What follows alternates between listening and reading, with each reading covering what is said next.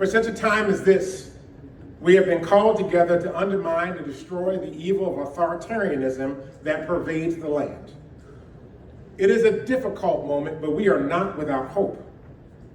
The forces that seek to oppress us are making some strategic bets about us and the future. They are betting that we will give up hope and succumb to their twisted imagination about where they believe we exist in society.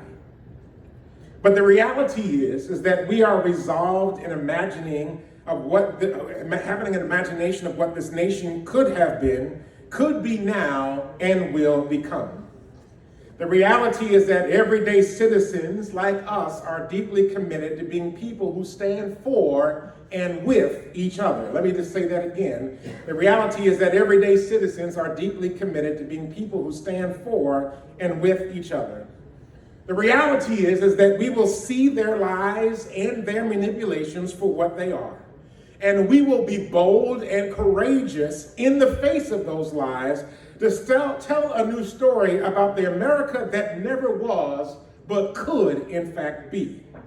The reality is that in these moments, we will own our voices, we will own our collective power, we will own our imagination, and we will own our creativity to become architects of a new America. An America that restores the rights and respect of its indigenous inhabitants. The original Americans, the ones that were here long before European colonizers ever showed up.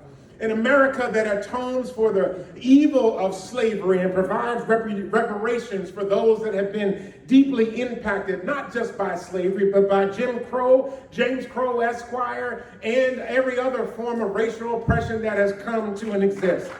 An America that repents of the evil in the ways that it has treated its siblings on the southern border, from Africa, from Asia, and from every other place that have come to these shores, except white Europeans. It must repent for those actions, and it must restore the dignity and humanity of every person.